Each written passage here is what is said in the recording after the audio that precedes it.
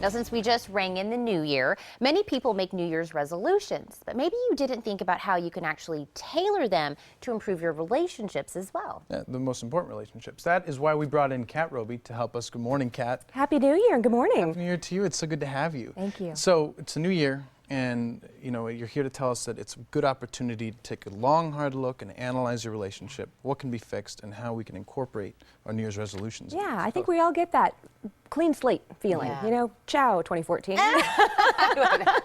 Love it.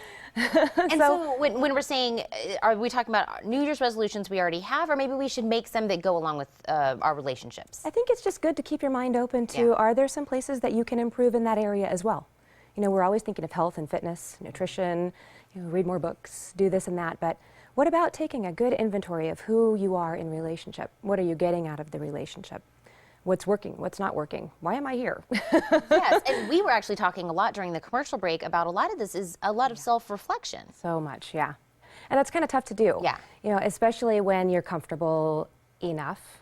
Sometimes people might have situations where they aren't sure they want to stay in the partnership, but to think about going back into the dating pool would be worse, so they stay and are somewhat miserable after the fact. So, what is it that you really need to shake up in the relationship? Maybe it has to do with being more of yourself and speaking up for things just that you have an opinion about versus being so kind and nice and letting everyone have their way.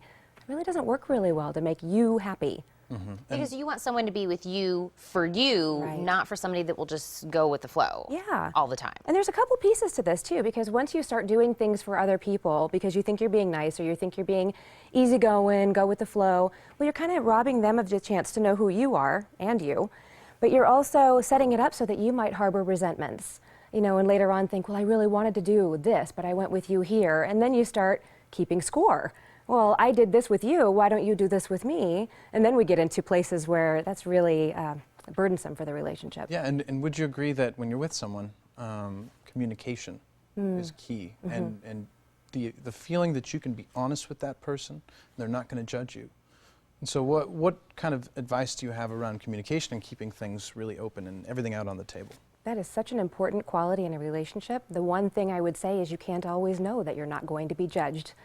And so how do you tolerate still being yourself in the face of someone having an opinion maybe negatively about it or questioning you on it? And I think that's where the struggle comes in. We get that, I call it the uh-oh feeling, especially when I work with kids, but it works really well for me to think, oh, there's that feeling again. I feel a little uncertain. And is it because someone thinks what I'm doing is weird or wrong or is it really wrong? So it gives me a chance to check it out a little bit. And you might get that uh-oh feeling when you're really being yourself, but you scan and you think, no, this is something I like. It might not be for everybody, but I'm going to keep going with it. And, judgment, oh well. Yeah.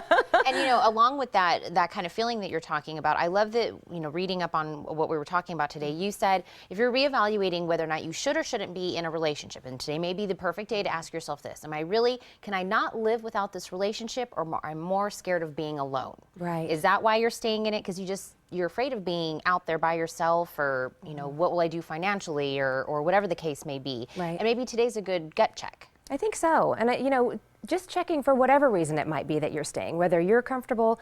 I hear a lot of people in the office say, I don't want to leave because I don't want to hurt the other person's feelings.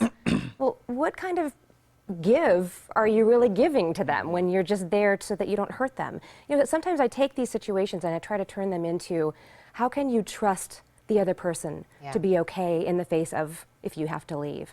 Or, trust yourself to be okay in the face of judgments. Right.